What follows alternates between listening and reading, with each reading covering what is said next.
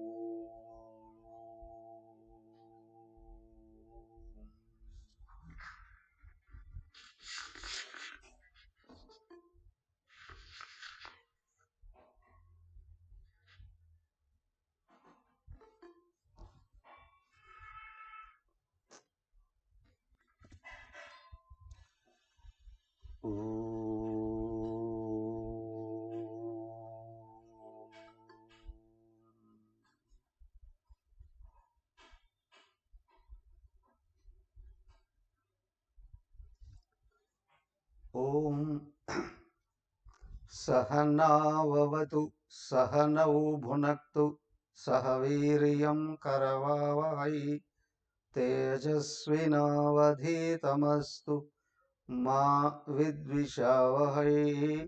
ఓం శాంతి శాంతి శాంతి. ఓం గురుర్బ్రహ్మ గురుర్విష్ణుః గురుర్దేవో మహేశ్వరః గురురేవ పరం బ్రహ్మ తస్మై శ్రీ గురవే నమః. ఓం ప్రపన్న పారిజాతాయ స్తోత్రవేత్రైకపాణయే జ్ఞానముద్రాయ కృష్ణాయ గీతామృతదుహే నమః. హరి ఓం.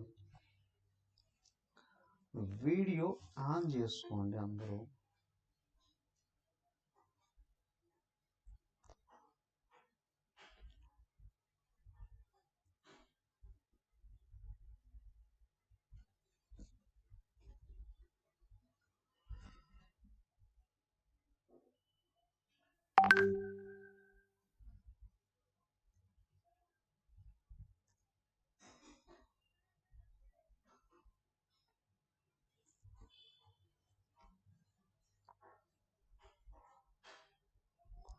వీడియో ఆన్ చేస్తే మీకు అర్థమవుతుందా లేదా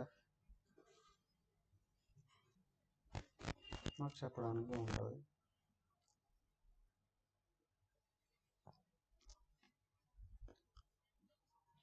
హరి ఓం. శ్రీమద్ భగవద్గీత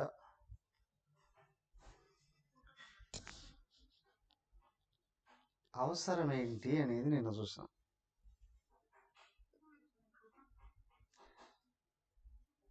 ఆడియో అందరూ మ్యూట్లో పెట్టుకోండి.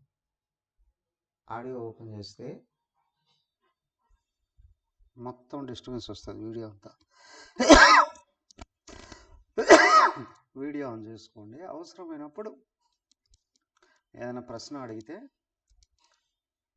ఆడియో ఆన్ చేసి అన్మ్యూట్ చేసుకొని చెప్పి మళ్ళీ మీట్లోకి వెళ్ళిపోండి. ఓకే. నిన్న క్లాస్లో లేని వాళ్ళు ఎవరు చేయొద్దండి. ఒకరు ఇద్దరు కొంతమంది కనిపిస్తున్నారు.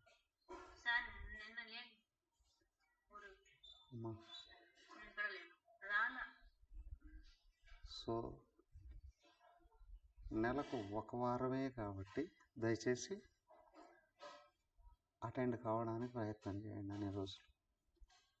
నిన్న గీత యొక్క ప్రాధాన్యత ఏంటి చెప్పుకోవడం జరిగింది. అది నేను ఇంకా ఎడిట్ చేయలేదు. ఎడిట్ చేసి గ్రూప్లో పెడతా, అప్పుడు చూసుకోండి. తర్వాత చిన్మయ మిషన్ జగదేవ్పూర్ ఛానల్ని సబ్స్క్రైబ్ చేస్తే వీటికి అనుబంధమైన వీడియోస్ అన్నీ కూడా మీకు కనిపిస్తాయి.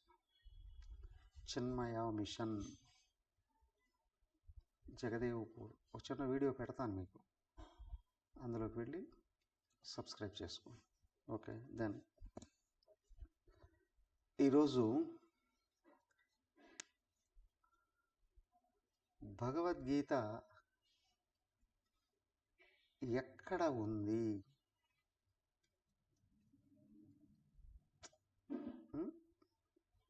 ఏ సందర్భంలో, ఎవరు, ఎవరికి, ఎందుకు, ఎప్పుడు బోధించారు?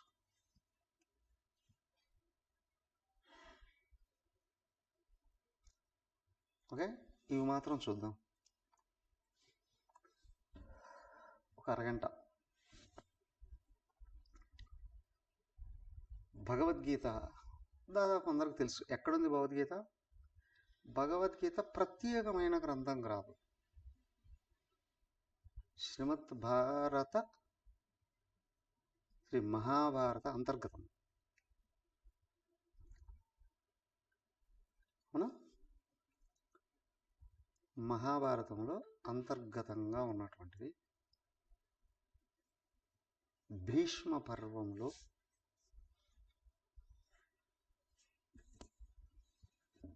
18 అధ్యాయాల రూపంలో ఉన్నటువంటిది. 28 నుండి 45 అధ్యాయం వరకు అనుకుంటా భీష్మ పర్వం.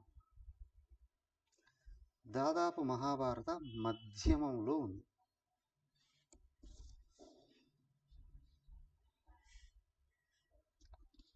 సరేనండి, మహాభారతం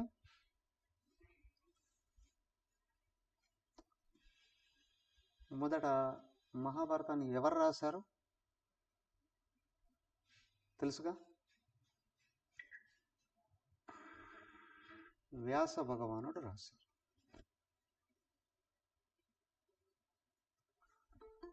వేదవ్యాసుల వారు రాశారు. మహాభారతం 60 లక్షల శ్లోకాల్లో రాశారు. ఎంత? 60 లక్షల శ్లోకాలు.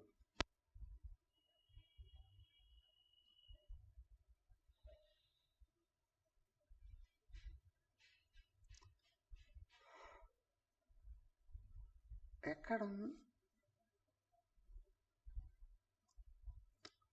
అయితే అవన్నీ మనకున్నాయా ఇప్పుడు? లేదు, 1 లక్ష శ్లోకాలు మాత్రమే మిగిలి ఉన్నాయి. లక్షక మిగులుగా శ్లోకాలు మిగిలి ఉన్నాయి. మిగతా 59 లక్షల శ్లోకాలు లుప్తమయ్యాయా? కాదు, ఇతర లోకాలకు కూడా తీసుకువెళ్ళబడి బోధించబడ్డాయండి.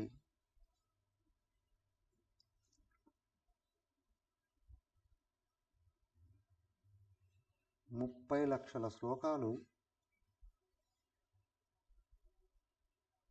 నారదుల వారు స్వర్గలోకానికి తీసుకెళ్లారు.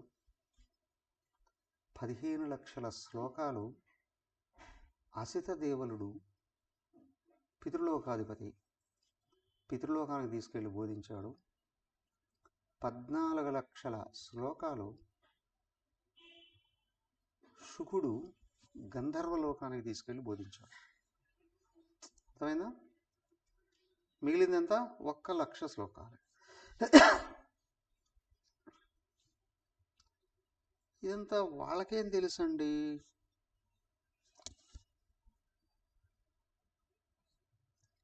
సరే, అందులో ఇంకొక విషయం,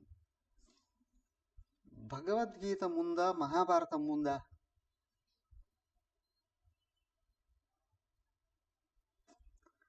భగవద్గీత కొరకు భారతం రచించబడిందా?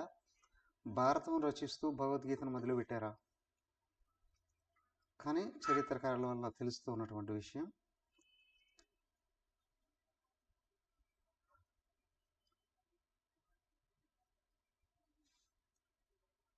కురుక్షేత్ర రణరంగంలో శ్రీకృష్ణుడు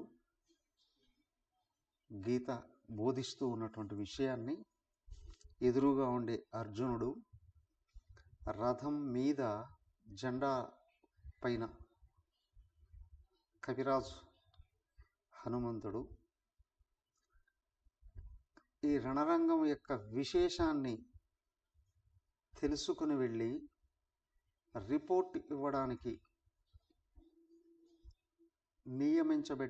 నియమించబడ్డ సంజయుడు ఈ రిపోర్ట్ తీసుకుని వెళ్ళి చెబితే విన్న ధృతరాష్ట్రుడు నలుగురితో పాటు బదరీలో మానా దగ్గర వ్యాస గుహలో కూర్చోన్నటువంటి వేదవ్యాసులు వారు కూడా విన్నారు.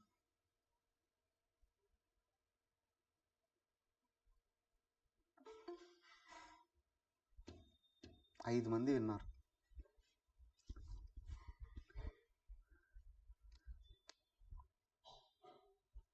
అర్జునుడు భగవద్గీత వింటూనే ఆయన విషాదం పోయింది, విల్లంబలు చేతబట్టి, కృష్ణ నాకు అజ్ఞానం పోయింది, జ్ఞానం వచ్చింది, నువ్వేం చెప్తే చేయడానికి సిద్ధంగా ఉన్నాను అని కృష్ణుడు చెప్పినట్టు యుద్ధం చేశాడు. యుద్ధంలో విజయం సాధించాడు.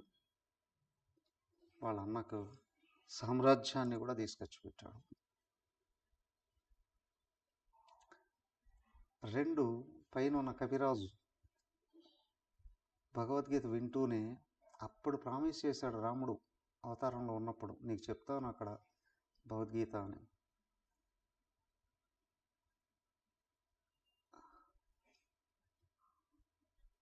అది విన్న హనుమంతుడు సాకార సగుణ ఉపాసన నుండి నిరాకార నిర్గుణంలోకి ప్రవేశించాడు.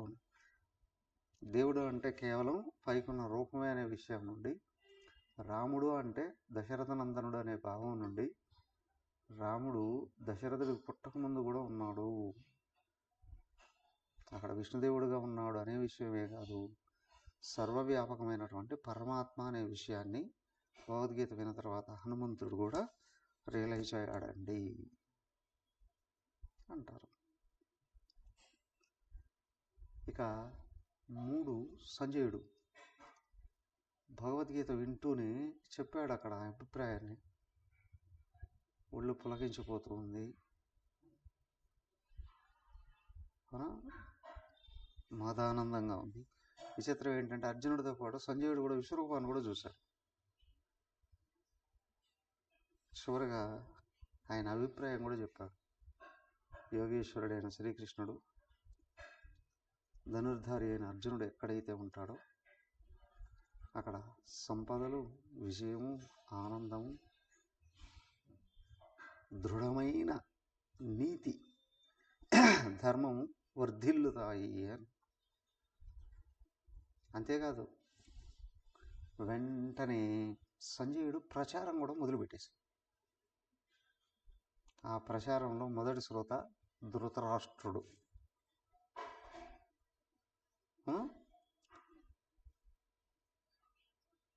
హనుమంతుడు అర్జునుడితో పాటు సంజయుడు భగవంతుడి యొక్క విశ్వరూపాన్ని చూశాడు. ముక్తుడే. ఆయన ప్రచారం మొదలుపెట్టాడు, ధృతరాష్ట్రుడికి చెప్పాడు. ధృతరాష్ట్రుడు విన్నాడు. అంతా మోహం పోలేదు, కానీ మోహానికి కారణమైన తన సంతానం రాజ్యం మొత్తం కొట్టుకుపోయింది. బాగా గుర్తించాలి, జ్ఞానంతో మన మోహాన్ని తొలగించుకుంటే పరమాత్మగా వర్ధిల్లుతాం, ఇక్కడ పరిపూర్ణమైన ఆనందాన్ని పొందుతాం. మన మోహాన్ని పోగొట్టుకోకపోతే దేని మీద మోహం ఉందో అవన్నీ వెళ్ళిపోతాయి.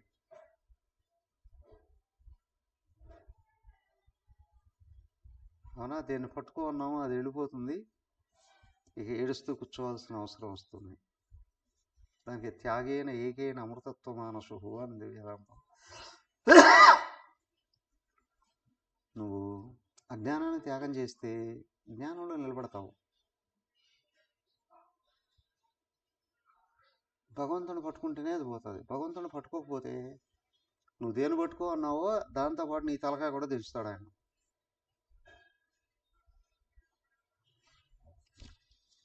భయంకరమైన సాగు చచ్చారు ధృతరాష్ట్రుడు, గాంధారి గారు మంటల్లో కూడా చచ్చిపోయారు.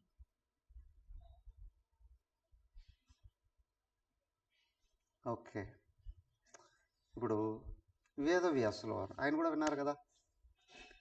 ఆయన విని ఆయనకేమైంది అయ్యా? ఆయన ఆల్రెడీ త్రిమూర్తి స్వరూపుడే. అచతుర్వదనో బ్రహ్మ ద్విపాహురపరో హరి అపాలలోచన శంభు భగవాన్ బాదరాయణ. 4 తలలు లేవు కానీ బ్రహ్మేనండి, 4 చేతులు లేవు కానీ విష్ణువు అండి, 3 కళ్ళు లేవు కానీ శివుడేనండి, సాక్షాత్ బాదరాయణుడు అని అన్నారు వేదవ్యాసుల వారిని. ఆయన విన్నాడు. ఆ మహానుభావుడు అనుగ్రహం మహాభారత రచనకు సంకల్పం. ఇంత మంచి అతి అద్భుతమైన జ్ఞాన బోధని ఊరికే వదలకూడదు అని చెప్పి ఆయన ఆలోచన చేసి సృష్టి ఆరంభం నుండి అప్పటి వరకు జరుగుతున్నటువంటి కథలన్నీ తీసుకొని వచ్చి మెయిన్గా కౌరవ పాండవుల్ని నాయకులుగా ప్రతినాయకులుగా ఉంచుతూ మహాభారతాన్ని రచించి దాంట్లో మధ్యలో భగవద్గీతను తీసుకొని వచ్చి ఉంచారు. ఆయన ఏదో ఒక పక్క ఉంచొచ్చు కదా, కాదు. భగవద్గీత అవసరం ఎప్పుడు వస్తుంది అనే విషయం అంతా పూర్వపు చరిత్రలో చెప్పేశాడు. ఆది పంచకం,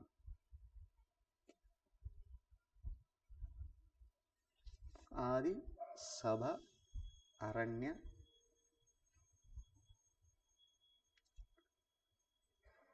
విరాట, ఆది పర్వం, సభాపర్వం, అరణ్య పర్వం, విరాట పర్వం, ఉద్యోగ పర్వం. ఉద్యోగం అంటే వీళ్ళ మధ్యస్థంగా రాయబారాలు ఉంటారు కదా, ఈ 5 కలిపితే ఆది పంచకం అంటారు. దాన్ని మొదట ప్రారంభంగా చెప్పి దాని తర్వాత వచ్చి యుద్ధ షట్కం భీష్మ, ద్రోణ, కర్ణ, శల్య ఎంతవరకు వస్తాయి. ఆ తర్వాత రాత్రి, మౌసల,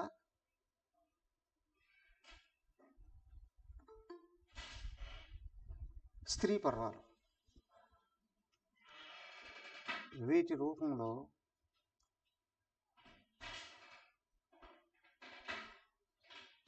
యుద్ధ షట్కంలో మొదటిదైన భీష్మ పర్వంలో భగవద్గీతను పెట్టాడు. భగవద్గీతను పెట్టి ఈ యుద్ధ షట్కంలో మొత్తం అందరూ దేవుణ్ణి పట్టుకున్న వాళ్ళు మాత్రం మిగిలారండి. దేవుణ్ణి వదిలేసి దయ్యాన్ని పట్టుకున్నారా? అదే ప్రపంచం దయ్యమే, మాయా దయ్యమే. నువ్వు దేవుణ్ణి పట్టుకుంటే దయ్యం కూడా స్వాధీనం అవుతుంది, మాయ స్వాధీనం అవుతుంది, ప్రపంచం స్వాధీనం అవుతుంది. దేవుణ్ణి వదిలేసి ప్రపంచాన్ని పట్టుకున్నావా, నువ్వు పోతావు, నువ్వు పట్టుకున్నది పోతుంది. అలా పట్టుకున్న వాళ్ళందరినీ వరుస పెట్టి ఓచుకోత గోయించేశాడు శ్రీకృష్ణుడు. సాక్షిగా ఉండు. కేవలం పంచపాండవులు, ఇంకొక 2-3 సాత్యకి, కృపాచార్యుడు వాళ్ళు మిగిలారు. అందరూ అనుకుంటారు అశ్వత్థామ మిగిలాడు అని. అశ్వత్థామ శాపగ్రస్తుడైపోయాడు. ఎక్కడో సినిమాల్లో డైలాగులు ఉన్నాయి. ఆ కౌరవుల్ని అశ్వత్థామ ఎదిరించాడండి ద్రౌపది కోసం అని. ఈ మధ్య ఎక్కడో సినిమాలో డైలాగులు ఎక్కడో. అబద్ధం అది. అశ్వత్థామే పరమ దుర్మార్గుడు, నికృష్టమైన పని చేశాడు. నిద్రపోతూ ఉన్న వాళ్ళ ఉప పాండవుల్ని మొత్తం అందరినీ కొన్ని లక్షల మంది రాత్రి కొన్ని లక్షల మందిని చంపేశాడు. రాత్రే వాళ్ళ ఉప పాండవులు.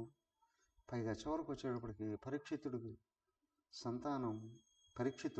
అంటే అభిమన్యుడి సంతానం ఉత్తర గర్భంలో ఉన్న పరీక్షితుడిని కూడా చంపేసేయడానికి ప్రయత్నం చేసి బ్రహ్మాస్త్రాన్ని వేసేసాడు. అందుకే శాపగ్రస్తుడయ్యాడు. తలలో ఒక మణి ఉండేదట, అది పోయింది. కుష్టు వ్యాధిగ్రస్తుడయ్యాడు. ఒళ్ళంతా నిత్యం నిరంతరం రసి కారుతూ ఉంటుంది, కానీ చావు లేదు. ఆ కుష్టు వ్యాధిగ్రస్తుడయ్యే భయంకరమైన జీవితాన్ని గడిపాడు. కారణం అకారణం వైరాన్ని పెట్టుకున్నాడు అక్కడ అశ్వత్థామ పాండవులతో, దుర్యోధనుడు మాట విని.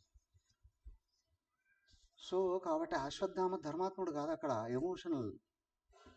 మహాభారత ప్రకారం చూస్తే చేయకూడనటవన్నీ చేసి పరిపూర్ణ శాపగ్రస్తుడైపోయాడు అక్కడ.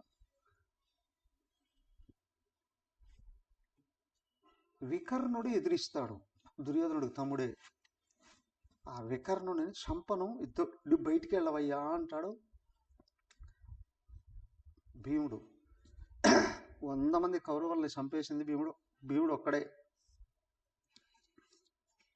భీముడు చెప్తాడు, వికర్ణ, ఆ సభలో ద్రౌపదికి అండగా నువ్వు నిలబడ్డావు, మీ అన్నలైనా ఎదిరించావు, నేను చంపాలనిపించలేదు, ఎదురుకో అంటే వద్దంటాడు. నాకు వద్దు ఇంకా ఈ జీవితం, ఇంకా పాపాలను చూడదలుచుకోలేదు, చంపేసేనని అంటాడు. 100 మంది కౌరవుల్ని ఒక్క భీముడే చంపేస్తాడు. ఇంకా వాళ్ళు ఉంటారే, ఎవరు? కర్ణుడు, ద్రోణుడు ప్లస్ భీష్ముడు, వీళ్ళందరూ మిగులుతారు అక్కడ. ద్రోణుడేమో దృష్టద్యుమ్నుడి చేత, భీష్ముడు కర్ణుడు అర్జునుడి చేత చంపబడతారు.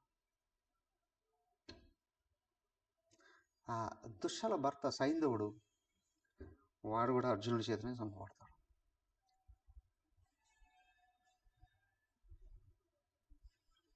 చాలామంది మిగులుతారు, కానీ రాత్రికి రాత్రే కృష్ణార్జునుడు లేరు అక్కడ.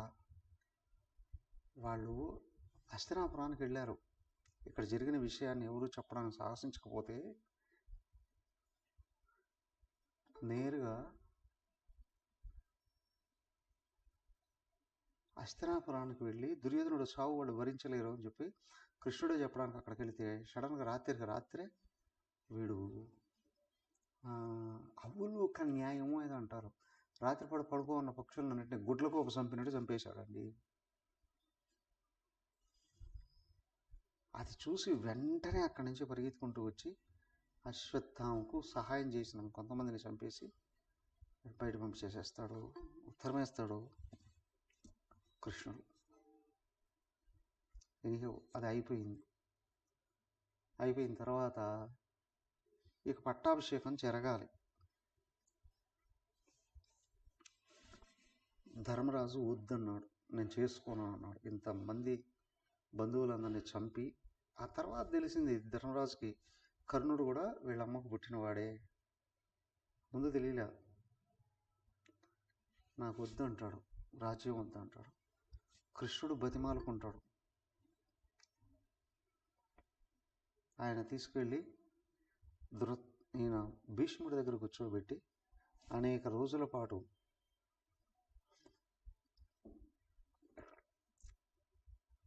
దాదాపు 40 రోజుల పాటు శాంతి అనుశాసనిక పర్వాలను బోధింపజేయిస్తాడు భీష్మాచార్యుల వారి చేత. అయినా ధర్మరాజు ఒప్పుకోలేదు. చివరికి శ్రీకృష్ణ భగవానుడే కాళ్ళు పట్టుకుంటాడు ధర్మరాజుని. నిజం విని చూడండి, సినిమాల్లో అనేక రకాలుగా చూపించారు. అవునా, ధర్మరాజు రాజ్యం కావాలన్నాడని, ద్రౌపదీదేవి కర్ణుడిని భర్తగా పొందాలనుకున్నదని, దుర్మార్గులు నాస్తికులు చూపించారు ఇవన్నీ. వాళ్ళ మాట విని, అవునా, ఆయన ఎవరు, నందమూరి తారక రామారావు దానవీర సూరకర్ణ ఆ సినిమాలో ఇదంతా నిజమని చూపించారు. మహాభారతంలో లేదు అది. ఆపోజిట్గా నాస్తికులు రాసింది అది. అది ఎవరో కాదు, చిలకలూరుపేట పక్కన ఎద్దనపూడి అని. ఈ ఎద్దనపూడిలో ఉన్న ఒక ఆయన ఈ కథ స్క్రిప్ట్ తయారు చేసి, నాస్తికుడు, ఓ టీచరు, ఆయన తయారు చేసిస్తే తిరిగి నందమూరి తారక రామారావు గారు ఆయన 5 పాత్రలు ధరిస్తూ ధర్మరాజుని, ద్రౌపదిని, శ్రీకృష్ణుడిని తక్కువ చేసి చూపించారు సినిమాలో. నిజం కాదు అది. వాస్తవానికి ద్రౌపది ఏమీ కోరుకోలేదు, ధర్మరాజు అసలు రాజ్యమే కోరుకోలేదు. శ్రీకృష్ణుడు వచ్చి కాళ్ళు పట్టుకుంటాడు రాజ్యాన్ని స్వీకరించమని. ఆయన అంటాడు, నన్ను పట్టుకోవడం ఏమిటయ్యా, నువ్వే తీసుకోవచ్చు కదా అని. కాదు, నువ్వే పరిపాలించాలి, నా వెంట ఎందుకు పడుతున్నావు అంటే అప్పుడు చెప్తాడు, ధర్మరాజా, నువ్వు కానీ రాజ్యాన్ని స్వీకరిస్తే నేను నిశ్చింతగా అవతారాన్ని కూడా సమాప్తి చేస్తానయ్యా. నువ్వు అయితేనే రాజ్యంలో ఉన్న వాళ్ళందరినీ నీ పిల్లల్లాగా సంరక్షణ శిక్షణ ఇవ్వగలవు అని అంటాడు. సంరక్షణ చేస్తూ శిక్షణ ఇవ్వగలవు అంటాడు. కృష్ణుడి అభిప్రాయం ఇది. చూడండి, కృష్ణుడే కాళ్ళు పట్టుకుంటాడు. చూడండి ధర్మరాజు వ్యక్తిత్వం. దానికి ధర్మరాజు ఎవరో కాదు, సాక్షాత్తు యమధర్మరాజే. విదురుడు యమధర్మరాజు అంశ, ధర్మరాజు సాక్షాత్తు యమధర్మరాజే. అదేంటండి, ఆయన ఇక్కడ జీవించిన 120 సంవత్సరాల కాలం యమధర్మరాజు లేడు అక్కడ యమలోకంలో. పితృలోకాధిపతి అశ్వదేవులుడు వచ్చి తాత్కాలిక అధ్యక్షుడయ్యాడు అక్కడ. చూస్తుంటారు కదా, మాకు ఒకే గవర్నర్ 2 రాష్ట్రాలకు పనిచేస్తూ ఉంటారు కదా, ప్రత్యేక బాధ్యతలు తీసుకున్నారండి. అలాగే పితృలోకాధిపతి అసితదేవులుడు ప్రత్యేకమైన బాధ్యతలను తీసుకొని యమలోకాన్ని నడిపించాడు. ఆ టైంలో యమధర్మరాజు లేడు అక్కడ, వచ్చేసాడు ధర్మరాజు రూపంలో. లోకానికి జ్ఞానాన్ని నేర్పించడానికి వచ్చారు ఇక్కడ. సో ధర్మరాజు వ్యక్తిత్వం అంత గొప్పదండి. అదే మనకు ఈ భూమి మీద అన్ని రకాల విషయాలలో, వ్యవహారాలలో ఏది రైట్ ఏది రాంగ్ అని తెలియాలి అని అంటే శాంతి అనుశాసనిక పర్వాలు చదివారు అని అనుకోండి, భూమి మీద ఉన్న అన్ని రంగాలకు సంబంధించిన జ్ఞానం దాంట్లో.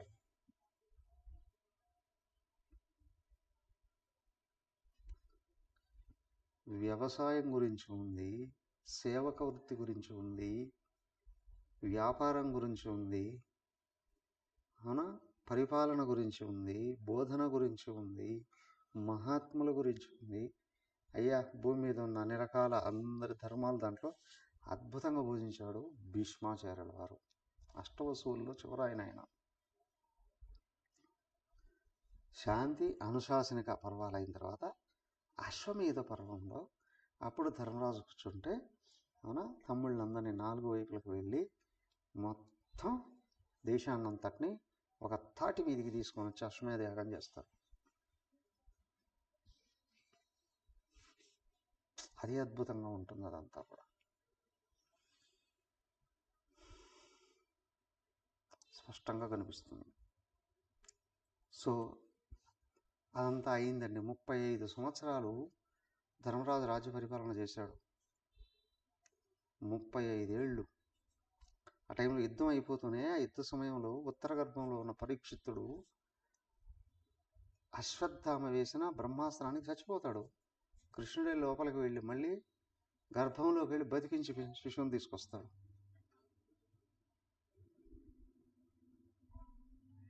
భాగవతంలో ఒక రకంగా ఉంది, ఆయన పుట్టిన తర్వాత తీసుకుని వెళితే బతికించాడని. కానీ భారతంలో ఆయన లోపలికే వెళ్ళి రక్షిస్తాడండి.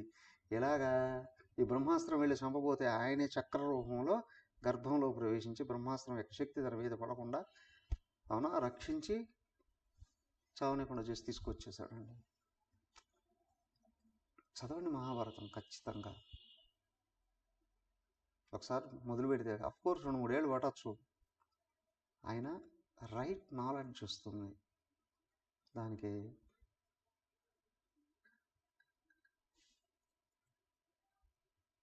అశ్వమేధ యాగం చేశాడు, దేశాన్నంతటిని సుప్రతిష్ఠితం చేశాడు. విచిత్రం తెలుసా, ఆ అశ్వమేధ యాగాన్ని గురించి కూలంకషంగా బాగా చదివితే అప్పటి వరకు రాముడు వంశము, అలాగే రావణాసురుడు వంశం, వాళ్ళందరూ పోయారుగా. విభీషణుడు వంశం కూడా కొనసాగింది అక్కడ. విచిత్రం ఏంటి అంటే ధర్మరాజు చేసిన రాజసూయ యాగంలో విభీషణుడు కూడా పాల్గొన్నాడు.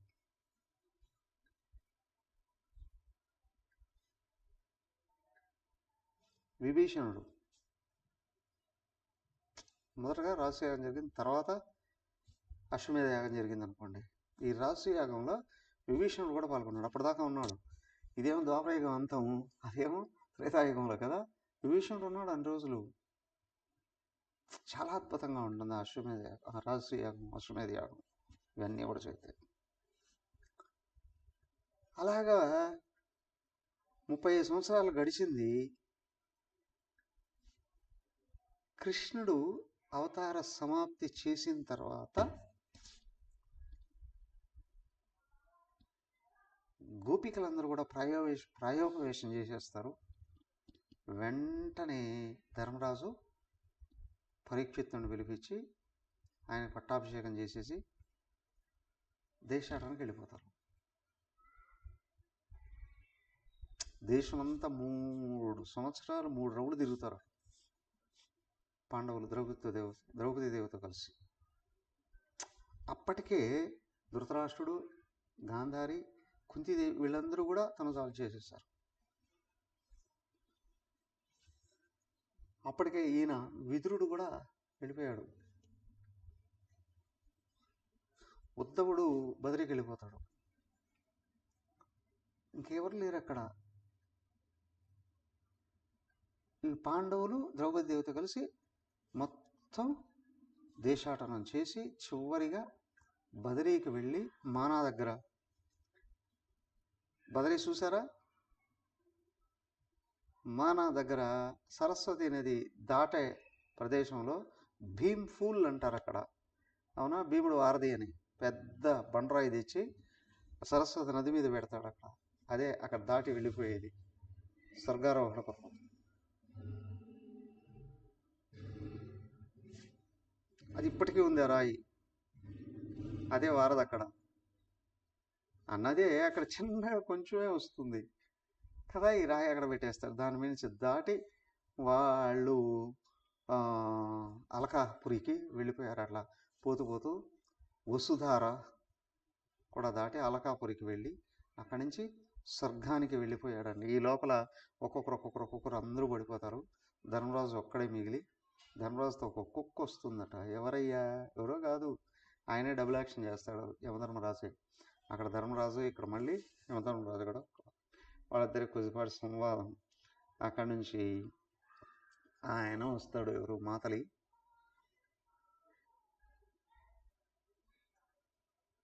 ఇంద్రుడి యొక్క రథసారథి వచ్చి రథంలో కూర్చోబెట్టుకొని స్వర్గానికి తీసుకుని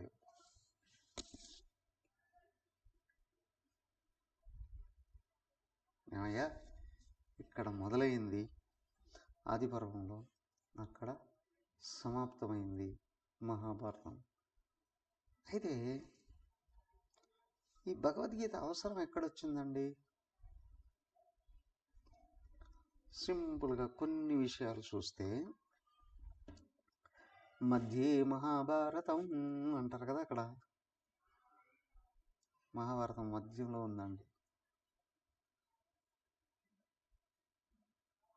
మహాభారత ప్రారంభం ఘోరంగా కనిపిస్తుంది, భయంకరంగా కనిపిస్తుంది. విశేషం ఏంటంటే, బాగా గుర్తి చూడండి, జీవుడు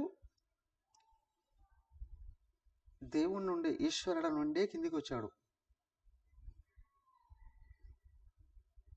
ఎట్లాగా సంపూర్ణంగా పతనమయ్యాడో కురుక్షేత్ర సంగ్రామం వరకు తీసుకొని వచ్చి, కురుక్షేత్ర సంగ్రామంలో గీతాబోధన చేయించి, గీతాబోధనను పట్టుకున్న వాళ్ళు మళ్ళీ ఏ విధంగా దైవత్వాన్ని అందుకున్నారో, అది ధర్మరాజు రూపంలో స్వర్గానికి వెళ్ళి, స్వర్గం నుండి అక్కడ మందాకిని నదిలో స్నానం చేసి జీవన్ముక్తుడైపోతాడు ఆయన, ధర్మరాజు. అంతవరకు తీసుకెళ్ళారు. అవునా, పైనుండి కిందికి ఏ విధంగా ఈశ్వరుడే జీవుడయ్యాడు. జీవుడు మళ్ళీ ఏదో భగవద్గీతను అనుసరించినప్పుడు ఏ విధంగా ఉత్తమ స్థితికి వెళ్ళిపోతాడు, మధ్యలో తీసుకొని వచ్చి అక్కడ పెట్టాడు కదా.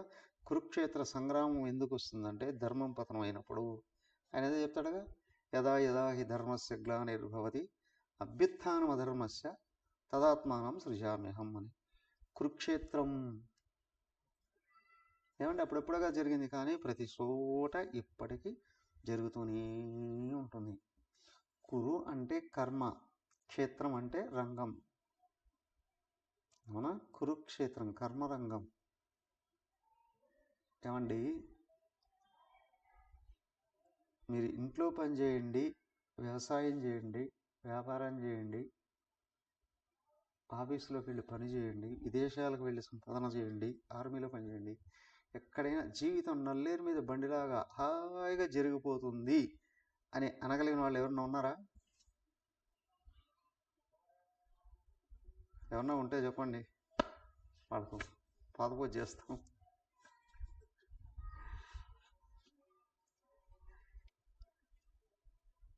అండి, ఎవరైనా జీవితం సంపూర్ణంగా సాఫీగా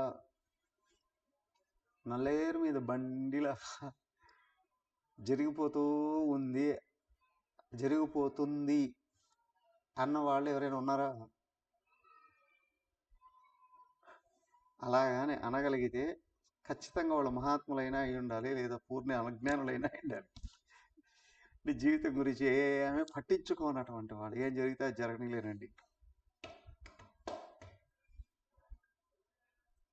ఎవరా పూటకు ఫుడ్ వస్తుందిలే అండి, తిన్న తర్వాత బెడ్ ఉందిలే అండి అనుకునే పూర్ణ అజ్ఞానులైనా అయి ఉండాలి, లేదా పరిపూర్ణ మహాత్ములైనా ఉండాలి. కానీ మహాత్ములు కూడా తెలుసు తనకేమీ లేదు, కానీ ప్రపంచం అంతా రణరంగమే అనే విషయం తెలుసు. అనగా ఏమండి, కత్తులు కట్టాలు పెట్టుకుని పొడిచి చంపుతున్నారా? నో. కురుక్షేత్రం పని రంగం, వ్యవహార రంగం.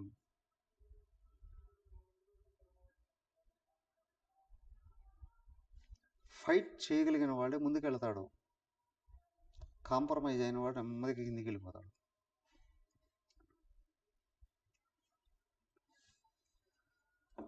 అవునా? అది కూడా అద్భుతంగా బోధించాడు ఆయన 1వ అధ్యాయంలోనే. చాలా బాగా చెప్పాడు. నేను ఎదగడానికి ఇతరులను నాశనం చేస్తే అది అసుర మార్గం. నేను ఎదగడానికి ధర్మాన్ని తప్పకపోతే అది ధర్మ మార్గం. నేను జీవిస్తూ ఇతరులని తరింపచేస్తే, సరైన మార్గంలోకి పెడితే, లేదా ఇతరులకు సేవలు చేస్తే దైవ మార్గం. నేను పనిచేస్తూ ఇతరుల అభివృద్ధిని కాంక్షిస్తే దైవ మార్గం. నేను పనిచేస్తే ధర్మాన్ని అనుసరిస్తే ధర్మ మార్గం, మానవ మార్గం. నేను పనిచేస్తే ఇతరుల పతనాన్ని కోరుకొని పతనం కోసం ప్రయత్నం చేస్తే అసుర మార్గం. అసుర మార్గం సంపూర్ణ దుఃఖాలలో తోసేస్తుంది. అవునా? మానవుడు ఉన్నాడే, ఓకే, ధర్మ మార్గంలోనే వెళుతున్నాడు, కానీ కావలసిన అన్ని సౌకర్యాలు అందుతాయి, కానీ లోపల శాంతి నిండదు. కానీ ఇతరుల క్షేమాన్ని కోరుకున్న పని చేసేవాడు ఉన్నాడే, వాడు అశాంతిని తరిస్తాడు, పూర్ణ తృప్తిని పొందుతాడు. ఇది దైవ మార్గం. 3 మార్గాలు ఉన్నాయి. అయితే రెండవదైన ధర్మ మార్గంలో వెళ్ళేవాడికే మూడవదైన దైవ మార్గం వచ్చి చేరుతుంది, కనిపిస్తుంది. అసరు మార్గంలో వెళ్ళేవాడు కనిపించదు. అధర్మ మార్గంలో వెళ్ళేవాడికి అది గోచరించదు. స్పష్టంగా భగవద్గీత నుండి ఎక్కడ ఈ అసుర మార్గంలో వెళ్ళేవాడు, అధర్మ మార్గంలో వెళ్ళేవాడు ఏ విధంగా పతనమవుతూ వస్తాడు దైవత్వం నుండి అని మొదటి 5 పర్వాల్లోనూ చరిత్ర చూపిస్తుంది. ధర్మ మార్గంలో వెళ్ళినవాడు దైవ మార్గానికి ఎలాగా అటాచ్ అవుతాడు అనే విషయం కూడా ఈ మొదట 5 పర్వాల్లోనే పాండవుల చరిత్ర రూపంలో చూపిస్తుంది. కౌరవులు అధర్మ మార్గంలోనే వెళ్ళారు, పాండవులు ధర్మ మార్గంలోనే వెళ్ళారు. కురుక్షేత్ర సంగ్రామం దగ్గరికి ఇద్దరు వచ్చారు, అవునా? అధర్మ మార్గంలో వెళ్ళిన వాళ్ళు మొత్తం చచ్చిపోయారు. ధర్మ మార్గంలో వచ్చిన వాళ్ళు భగవంతుడి సహాయాన్ని పొంది కదా ఇహం పరం రెండు సాధించేస్తారు, దైవ మార్గంలోకి ప్రవేశించారు.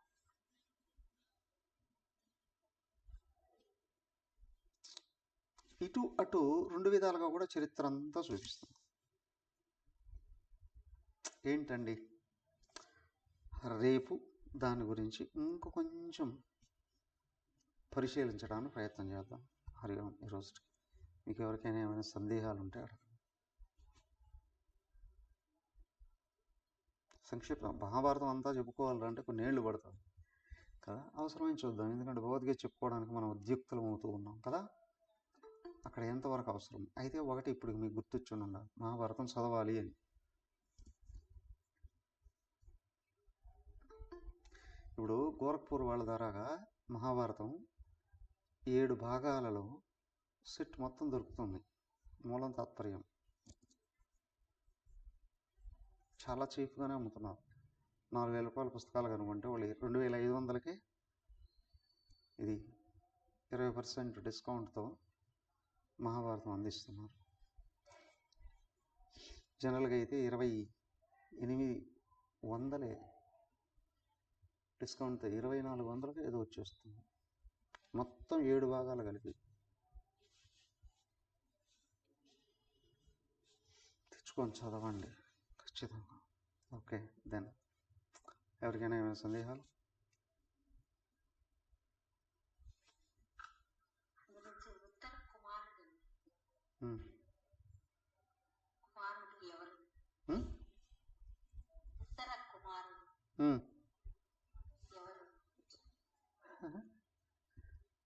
ఆయన పేరు ఉంది, విరాట్ రాజు కుమారుడు.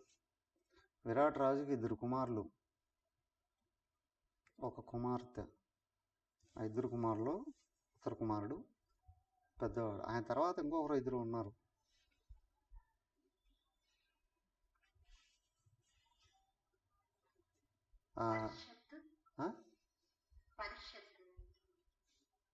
పరీక్షిత్తే ఉత్తర కుమారుడి చెల్లి ఉత్తర, ఆమెకు అభిమన్యుడికి పుట్టినటువంటి కుమారుడు పరీక్షిత్తుడు.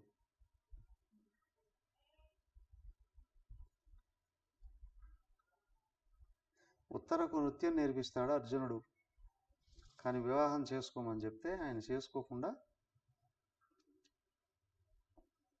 కోడలుగా తీసుకుంటాడు. అయ్యా, నేను గురువుగా ఉండి విద్య నేర్పించాను, గురువుకి శిష్యులు పిల్లలతో సమానం, కాబట్టి నేను కోడలుగా తీసుకుంటాను అని ఉత్తరని అభిమన్యుడికి చేయించుకుంటాడు. అభిమన్యుడికి వివాహం చేస్తే ఆ ఉత్తర గర్భంలో ఉండే అభిమన్యుడు పరీక్షిత్తుడు పుడతాడు. ఉత్తర అభిమన్యుల కుమారుడు పరీక్షిత్తుడు. విచిత్రం, ఆయన గర్భంలోనే నారాయణ భగవానుడి దర్శనాన్ని చేస్తాడు, శ్రీకృష్ణుని దర్శించుకుంటాడు. అందుకే పరీక్షిత్ అంటే పరీక్షలన్నింటినీ జయించిన వాడు అని. అన్నిటికంటే భయంకరమైన పరీక్ష మాయ, మాయను జయించడం. ఆ మాయను జయించడం అనేది ఆయన గర్భంలోనే జరిగిపోయింది. దానికి విచిత్రాది విచిత్రమైనటువంటి మహానుభావుడు పరీక్షిత్తు. పరీక్షిత్తు రాజ్య స్వీకారం చేసేటప్పటికి కలియుగం వచ్చేసింది. అందుకే కృష్ణుడు అవతార పరిసమాప్తి చేశాడు అని అంటే కలియుగం వచ్చేసింది, ఇంక మనం ఉండొద్దు అని చెప్పి ధర్మరాజు పరీక్షితుడు పట్టాభిషేకం చేస్తే పరీక్షితుడు తన శక్తితో కలియుగాన్ని 35 ఏళ్ళు వెనక్కి నెట్టేస్తాడు. కలిని రానివ్వలేదు ఆయన, 35 సంవత్సరాలు వెనక్కి నెట్టేస్తాడు. ఆయన తర్వాతనే కలి వచ్చింది మళ్ళీ. అంత గొప్ప మహానుభావుడు. అంటే భూమి మీద కలిని లేకుండా చేశాడు, అధర్మాన్ని లేకుండా చేశాడు అని.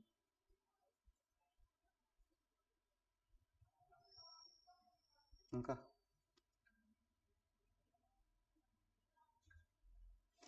అర్థం అవుతూ ఉందా పాఠం? ఓకే, సింపుల్గా మీకు అర్థమయ్యేటట్లుగా నెమ్మదిగా ముందుకెళదాం. ఇంకా ఎవరెవరు ఆసక్తి కలిగి ఉన్నారు వాళ్ళను కూడా చేయించండి. ప్రారంభం నుండి వింటే శాస్త్రం మీద ఆసక్తి పెరుగుతుంది. సో ఈరోజు మొదలుగా వేసుకున్నటువంటి ప్రశ్నలకు జవాబులు వచ్చాయా? భగవద్గీత ఎందులోది, కథ ఎప్పుడు ఎవరికి చెప్పారు? మన కురుక్షేత్ర సంగ్రామంలో కృష్ణుడు అర్జునుడికి బోధించాడు కదా. దాన్ని సపోర్ట్ చేసుకుని వేదవ్యాసుల వారు మహాభారతాన్ని రచించారు. భగవద్గీత ముందు విని తర్వాత మహాభారతం రాశారు. మహాభారతం మధ్యలో ఉంది. సో ఎందుకు ఏ సమయంలో బోధించాడంటే ధర్మం పూర్తిగా అడుగంటినప్పుడు బోధిస్తే దీన్ని పట్టుకున్న వాళ్ళు మళ్ళీ ధర్మాన్ని పూర్తిగా నిలబెట్టుకున్నారు. ఏమయ్యారు? దాన్ని అనుసరించిన వాళ్ళు ముక్తులు కూడా జీవన్ముక్తులయ్యారు. ధర్మరాజు. అయితే ఆ చరిత్ర అంతా కూడా చూద్దాం రేపు. ఈ ప్రారంభపు చరిత్ర ఏంటి, చివరి చరిత్ర ఏంటి అనేది కూడా కొంచెం టూకీగా రేపు చూడడానికి ప్రయత్నం చేద్దాం. ప్రారంభం కాబట్టి ఇంట్రడక్షన్ కొంచెం కొనసాగిద్దాం. బోరు కొట్టట్లేదుగా? ఉపయోగపడుతుంది అని అనిపిస్తుందా మీకు? రోజు రోజుకి ఏం చేద్దామంటే చివరికి ఒక 5-10 నిమిషాలు మీకు అవకాశం ఇస్తా క్వశ్చన్ అండ్ ఆన్సర్స్కి. మీరు ఈరోజు విన్నదంతా ఒకసారి మననం చేసుకొని రాసుకోండి. ఏమైనా సందేహాలు వస్తే రేపైనా అడగచ్చు. డైరీ పెట్టుకుని నోట్ చేసుకోండి. మీరు ఎంత అలర్ట్ అవుతూ ఉన్నారో అంత జ్ఞానం పెరుగుతుంది. అమ్మా చెప్పండి. అర్జునుడికి బోధిస్తున్నప్పుడు 5 మంది వింటున్నారు అన్నారు స్వామి. అర్జునుడు, సంజయుడు, హనుమంతుడు, వేదవ్యాసుడు, ఇంకొకరు ధృతరాష్ట్రుడు విన్నాడు కదా అక్కడ. చెప్పా, ధృతరాష్ట్రుడు సంజయుడి చేత ధృతరాష్ట్రుడు విన్నాడు. ధృతరాష్ట్రుడికి మోహం పోలేదు, కానీ మోహానికి కారణమైనటువంటి రాజ్యము పుత్రులు అందరూ పోయారు. చివరగా అతను కూడా ముక్తుడవుతాడు లాస్ట్లో. ధ్యానంలో కూర్చొని ఉంటే ఆశ్రమంలో అగ్నిపడి, ఆశ్రమవాసిక పర్వం అని అంటారు అక్కడ. ఆశ్రమంలో అగ్నిపడి వీళ్ళ శరీరాలను కాల్చేస్తాయి. వీళ్ళు ధ్యానంలో ఉండగానే కాలిపోతారు. ముక్తులు అయ్యారు అక్కడ.